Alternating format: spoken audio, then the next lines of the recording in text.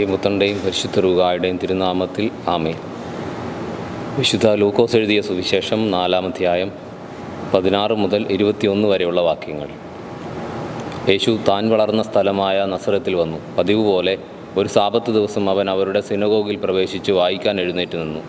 യേശയ്യാപ്രവാചകൻ്റെ പുസ്തകം അവന് നൽകപ്പെട്ടു. പുസ്തകം തുറന്നപ്പോൾ ഇപ്രകാരം എഴുതിയിരിക്കുന്നത് അവൻ കണ്ടു: കർത്താവിൻ്റെ ആത്മാവ് എൻ്റെ മേലുണ്ട്. ദരിദ്രരെ സുവിശേഷം അറിയിക്കാൻ അവിടുന്ന് എന്നെ അഭിഷേകം ചെയ്തിരിക്കുന്നു. ബന്ധിതർക്ക് മോചനവും അന്ധർക്ക് കാഴ്ചയും അടിച്ചമർത്തപ്പെട്ടവർക്ക് സ്വാതന്ത്ര്യവും കർത്താവിന് സ്വീകാര്യമായ വത്സരവും പ്രഖ്യാപിക്കുവാൻ അവിടുന്ന് എന്നെ അയച്ചിരിക്കുന്നു. പുസ്തകം അടച്ച് ശുശ്രൂഷകനെ ഏൽപ്പിച്ചതിന് ശേഷം അവനിരുന്നു. യേശുവിൽ സ്നേഹിക്കപ്പെടുന്ന സഹോദരങ്ങളെ, വലിയ നോമ്പിൻ്റെ ദിനങ്ങളിലൂടെ നമ്മൾ കടന്നു പോകുന്നു. യേശു തമ്പുരാൻ ഇന്നത്തെ സുവിശേഷം നമ്മളോട് പറഞ്ഞുകൊണ്ട് നമ്മളെ ഓർമ്മിപ്പിക്കുന്ന കാര്യം, നോമ്പ് എന്നുള്ളത് നമ്മളെ പിതാക്കന്മാർ പറഞ്ഞു പഠിപ്പിച്ചിട്ടുള്ളതുപോലും പോലെ പൂർവികർ നമ്മളെ പഠിപ്പിച്ചിട്ടുള്ളതുപോലെയും ഒത്തിരിയേറെ കാര്യങ്ങൾ അനുദിനം ചെയ്യാനായിട്ടും പ്രാർത്ഥിക്കാനുമൊക്കെയുള്ള സമയമാണ്. എന്നാൽ അതിനോടുകൂടെ വളരെ പ്രധാനപ്പെട്ടത് എന്ന് നമ്മൾ ചിന്തിക്കുകയും ധ്യാനിക്കുകയും ചെയ്യുന്ന ഒരു കാര്യം ഇന്ന് യേശു തമ്പുരാൻ നമ്മളെ ഓർപ്പിക്കുന്നു. യേശുവായി തീരുവാൻ, അതാണ് നമ്മുടെ എല്ലാവരുടെയും വിളി. ഈ നോമ്പിൻ്റെ ദിനങ്ങളിൽ ഞാൻ യേശു അല്ലാതെ മാറിയ സമയങ്ങളെ തിരിച്ചറിയാനും യേശുവിലേക്ക് കൂടുതൽ എടുക്കാനും യേശുവായി ജീവിക്കുവാനായിട്ടും എനിക്ക് സാഹചര്യങ്ങൾ ഒരുങ്ങുന്നു. ഈ നോമ്പിലെ പ്രാർത്ഥനകളിലൂടെ കടന്നു പോകുമ്പോൾ, ഈ നോമ്പിൻ്റെ പരിത്യാഗ പ്രവൃത്തികളിലൂടെ കടന്നു പോകുമ്പോൾ ഞാൻ യേശുവായി മാറണം. അതാണ് തമ്പുരാൻ നമുക്ക് തന്ന നോമ്പിലൂടെ അർത്ഥമാവുന്നത്. ഇന്ന് യേശു തമ്പുരാൻ നമ്മളോട് പറയുന്നു അവൻ ആരെന്ന്. അതെ, യേശു ആരെന്ന് യേശു തന്നെ നമ്മളെ പഠിപ്പിക്കുകയാണ്. സിനഗോഗിൽ വായിക്കാൻ എഴുന്നേറ്റ് നിന്നപ്പോൾ അവന് കിട്ടിയ വേദഭാഗം യേശയ്യാപ്രവാചകൻ്റെ പുസ്തകമാണ്.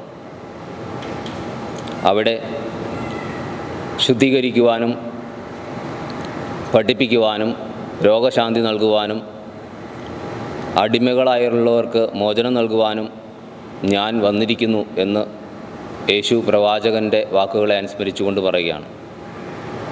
യേശു തമ്പുരാൻ ഈ വചനഭാഗത്തിൻ്റെ അവസാനത്ത് നമ്മളെ ഓർമ്മിപ്പിക്കുന്നു, ഇത് ഇന്ന് നിങ്ങൾ കേട്ടിരിക്കെ തന്നെ ഈ തിരുവെഴുത്ത് നിറവേറിയിരിക്കുന്നു. ഇതാണ് യേശു തമ്പുരാൻ. ഈ യേശുവിലേക്കുള്ള വളർച്ചയാണ് നോമ്പിലൂടെ, പ്രത്യേകിച്ച് നമ്മുടെ ഓരോ ദിവസത്തെയും ജീവിതത്തിലൂടെ നമുക്ക് സാധ്യമാവേണ്ടത്. പ്രിയപ്പെട്ടവരെ, ലത്തീൻ ആരാധനക്രമത്തിൽ വിശുദ്ധ കുർബാന ആഘോഷിക്കുന്ന സമയത്ത് ചൊല്ലുന്ന ഒരു പ്രാർത്ഥനയുണ്ട്, വിശ്വാസ പ്രമാണം എന്നതുപോലെ ഒരു പ്രാർത്ഥനയുണ്ട്. യേശുവിന് വേണ്ടി, യേശുവിന് കൂടെ, യേശുവിൽ തന്നെ. യേശുവിന് വേണ്ടി ജീവിക്കുന്നതും യേശുവിൻ്റെ കൂടെ ജീവിക്കുന്നതും യേശുവിൽ ജീവിക്കുന്നതും ഇതൊരു വളർച്ചയാണ്. ഇത് യഥാർത്ഥത്തിൽ നമ്മുടെ വിശ്വാസ പ്രമാണവും അനുദിനമുള്ള ധ്യാനവുമായിട്ട് മാറണം. യേശുവിന് വേണ്ടി ജീവിക്കുക, യേശുവിൻ്റെ കൂടെ ജീവിക്കുക, യേശുവിൽ തന്നെ ജീവിക്കുക. അവൻ പ്രവാചകനായി ഈ ലോകത്തിൽ ജീവിച്ചു, അവൻ പുരോഹിതനായി ഈ ലോകത്തിൽ ജീവിച്ചു, അവൻ രാജാവായി ഈ ലോകത്തിൽ ജീവിച്ചു. ഇതിനായിരുന്നു യേശുവിൻ്റെ വരവ്. പ്രിയപ്പെട്ടവരെ, യേശുവിനെ അനുഗമിക്കുവാനും യേശുവായി ജീവിക്കുവാനും ആഗ്രഹിക്കുന്ന നാം ഓരോരുത്തരും നമ്മുടെ ജീവിത രീതി ഏതുമായിക്കൊള്ളട്ടെ.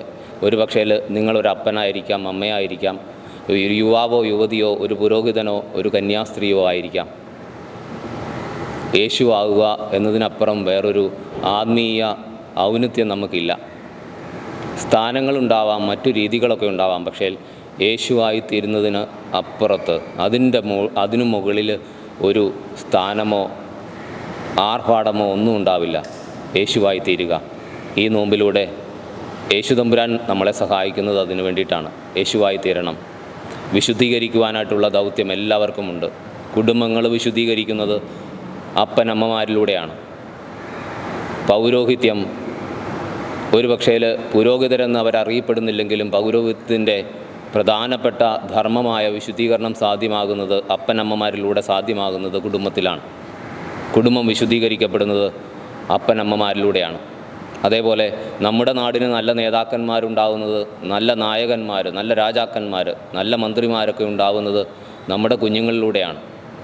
കുടുംബം വിശുദ്ധീകരിക്കുവാനായിട്ട് അപ്പനമ്മമാർ തയ്യാറാവുമ്പോൾ നല്ല നായകന്മാർ, നല്ല രാജാക്കന്മാർ, നല്ല മന്ത്രിമാർ നമ്മുടെ നാട്ടിലുണ്ടാവും. നമ്മുടെ നാടിനെ നയിക്കാൻ, നമ്മുടെ സമൂഹത്തെ നിയന്ത്രിച്ചു നിർത്താൻ, നമ്മുടെ സമൂഹത്തെ നന്മയിലേക്ക് വളർത്താൻ. ഇവിടെ യേശു എന്ന രാജാവിനോട് അനുരൂപപ്പെടുന്ന അധികാരികൾ നമ്മുടെ ചുറ്റുമുണ്ടാവും. അവർ സമൂഹത്തെ സംരക്ഷിക്കുകയായിരിക്കും ചെയ്യുക.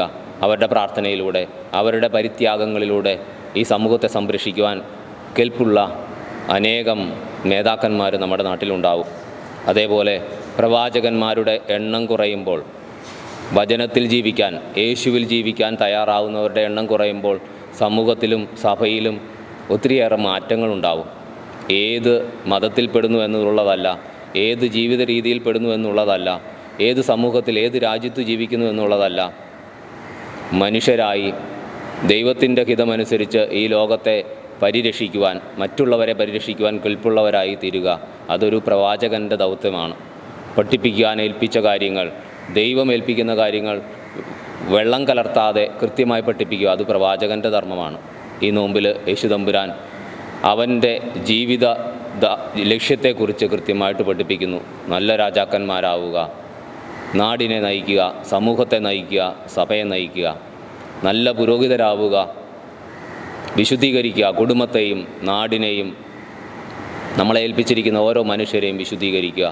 അതേപോലെ പഠിപ്പിക്കുക, നന്മതിന്മകളെ തിരിച്ചറിയാൻ പാകത്തിന്, തിന്മയെ എതിർക്കുവാനായിട്ടും നന്മയെ കൂടുതൽ മുറുകെ പിടിക്കുവാൻ പാകത്തിനും ശക്തരായ നല്ല മനുഷ്യരുണ്ടാവുക. ഈ നോമ്പിലൂടെ നമുക്കെല്ലാവർക്കും അത് സാധിക്കട്ടെ എന്ന് പ്രാർത്ഥിക്കുന്നു. ഇന്നത്തെ ദിവസം തമ്പുരാൻ്റെ യേശുവിൻ്റെ ഈ ദൗത്യങ്ങളെ നമുക്ക് ധ്യാനിക്കാം, യേശുവിലേക്ക് കൂടുതലെടുക്കാം. യേശുവായി തീരുവാൻ ആഗ്രഹിച്ച് പ്രാർത്ഥിച്ചുകൊണ്ട് ഇന്നത്തെ ദിവസത്തിന് നന്ദി പറഞ്ഞുകൊണ്ട് നമുക്ക് ദിവസം തുടങ്ങാം. പിതാവിൻ്റെയും പുത്രൻ്റെയും പരിശുദ്ധ റൂഹായുടെയും തിരുനാമത്തിൽ ആമേൻ.